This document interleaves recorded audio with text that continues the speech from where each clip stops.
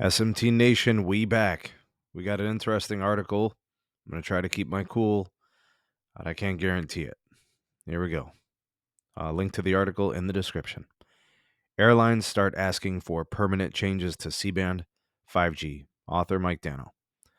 The airline industry has begun petitioning the FCC to make permanent changes to the operation of some 5G networks around airports. Folks, this is the remnants, the residuals. This is the garbage juice that remains from the old C-band problem with the FAA, the aviation industry, the radio altimeters, and C-band. Here it is rearing its ugly head once again. Surprise, surprise. According to Verizon officials, we continue to have positive discussions with the FAA and FCC, and progress is being made. We are encouraged to see the airlines making progress with these issues as well. AT&T officials, as always, declined to comment. All right, moving on. The proposal by the aviation community to codify the voluntary and temporary restrictions on C-band usage, graciously indulged by AT&T and Verizon, is the most outrageous proposition I have seen in 50 years of following FCC matters, according to Preston Patton, principal of Bolder Thinking. Patton previously was an official with the now defunct C-band Alliance, but noted that he filed his comment with the FCC on his own behalf. The FCC must just say no, he wrote. Okay, guys, so here's what's happening. The FAA, the aviation industry, clearly is not prepared. They have not done their part to upgrade their equipment. They have not done their part to ensure the safety of American citizens. They continue to push back against having to do anything in response to C-band now being used and moving away from satellite operations and moving towards cellular operations, where there are things like sporadic transmissions of 5G, radio waves and all these other things.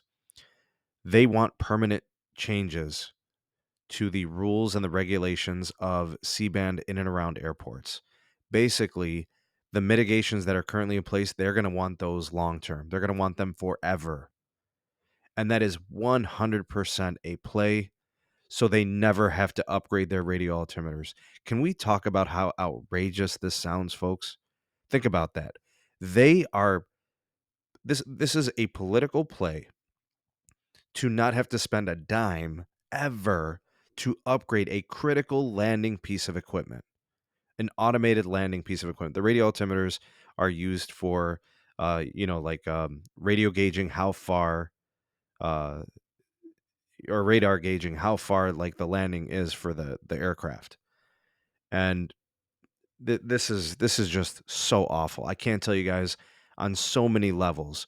This has from day one been a complete hoax. This has been a charade. The FAA is a joke. The Department of Transportation is worse because they fought for the FAA. They tried to be like the middleman and try to find like common ground. The carriers have been nothing but flexible. They have been absolutely incredible working in giving more time to the FAA and the aviation industry, and they've got nothing but screwed. At the end of the day, folks, the entity that makes decisions on radio waves, RF radio transmission, is the FCC. It is their decision to make. In my opinion, the FCC needs to stop being nice. They need to stick their foot in the you know what of the FAA and the aviation industry, and they need to put an end to this charade. This is what happens when the inmates run the asylum. This is exactly what this is. The FCC has no control over the situation if they continue to be manipulated and controlled by public politicking from groups like the FAA and the aviation industry. This is an absolute charade. These companies, Verizon, AT&T, T-Mobile, have paid tens of billions of dollars. There is not a shred of evidence indicating that under normal functioning equipment, there should be any interference. But yet and still, here is the FAA and the aviation industry insinuating that there is, because if there is, they don't want to change their radio altimeters. They want it on the carriers. There's just no other way around it. This is absurd. And absurdity is an understatement. This is a bad joke. This is April Fools in the middle of October. This has been going on for over a year, folks. Unbelievable. I don't even know what to say to this anymore. I've been absolutely flabbergasted this entire time. I still don't understand it. It doesn't make any sense.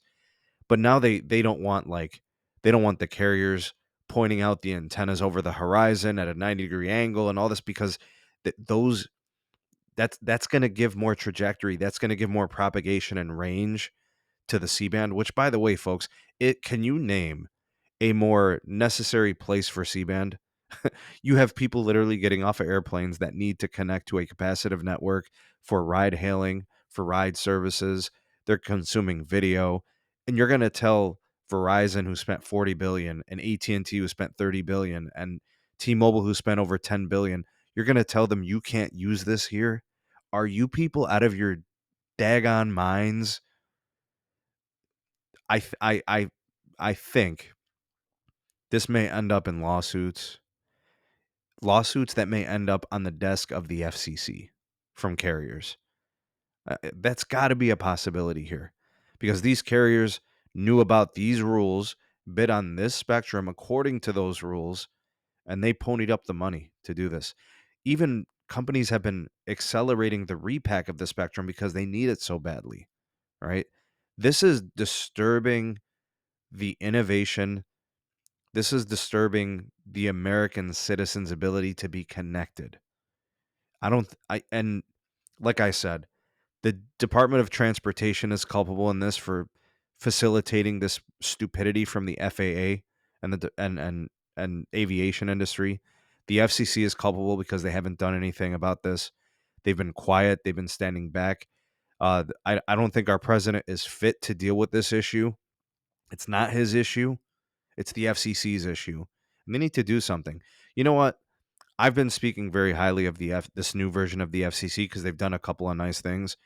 If they mess this up, this is going to be their lasting legacy. They messed up C-band. So it took forever to finally get it out there, and now we're having more trouble moving forward. Unreal. 2022, and it's the end of the year, and we're still having these conversations. This is an absurdity. Comment down below. You are the voice of the people of the SMT Nation. Let your voice be heard. Like, share, subscribe for more. Turn on the bell notification icon to never miss an upload. Links in the description for my Patreon page, my Twitter, my Gmail address for all business inquiries, as well as channel memberships. They're active. You can hit the join button, get early access to videos, perks, benefits, and add-ons not found anywhere else. Thanks for watching. Thanks for supporting. We'll see you all in the next one. Peace.